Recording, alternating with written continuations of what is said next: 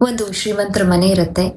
ಆ ಮನೆ ಕೆಲಸ ಮಾಡೋದಿಕ್ಕೆ, ಅಲ್ಲಿಯ ಮಕ್ಕಳನ್ನ ನೋಡ್ಕೊಳ್ಳೋದಿಕ್ಕೆ ಅಂತ ಒಬ್ಳು ಕೆಲಸದವಳನ್ನ ಹಳ್ಳಿಯಿಂದ ಕರೆಸಿರ್ತಾರೆ. ಆಕೆ ತುಂಬಾ ಶ್ರದ್ಧೆಯಿಂದ, ನಿಯತ್ತಿನಿಂದ ಕೆಲಸ ಮಾಡುವಂಥವಳು. ಮನೆ ಕೆಲಸವನ್ನೆಲ್ಲ ಅಚ್ಚುಕಟ್ಟಾಗಿ ಮಾಡ್ತಾ ಇರ್ತಾಳೆ. ಆದ್ರೆ ಅವಳ ಮನಸ್ಸು ಮಾತ್ರ ಹಳ್ಳಿಯಲ್ಲಿರೋ ತನ್ನ ಮನೆ ಕಡೆ ಇರುತ್ತೆ. ಅವಳಿಗೆ ಗೊತ್ತು ಈ ಮನೆ ತಂದಲ್ಲ ಅಂತ. ಅಲ್ಲಿಯ ಮಕ್ಕಳನ್ನ ಕೂಡ ಅವಳು ತುಂಬಾ ಚೆನ್ನಾಗಿ ನೋಡ್ಕೋತಾ ಇರ್ತಾಳೆ. ತನ್ನ ಮಕ್ಕಳ ಹಾಗೇನೆ ಅಯ್ಯೋ ಮುದ್ದು ಬಂಗಾರ ಅಂತ ತುಂಬಾ ಚೆನ್ನಾಗಿ ಆಟ ಆಡಿಸ್ತಾಳೆ. ಆದ್ರೆ ಅವಳಿಗೆ ಅವಳ ಮನಸ್ಸಿನ ಅಂತರಾಳದಲ್ಲಿ ಗೊತ್ತು, ಇವ್ರು ಯಾರು ತನ್ನ ಮಕ್ಕಳಲ್ಲ, ಈ ಮನೆಯವ್ರು ಯಾರು ತನ್ನವರಲ್ಲ ಅಂತ.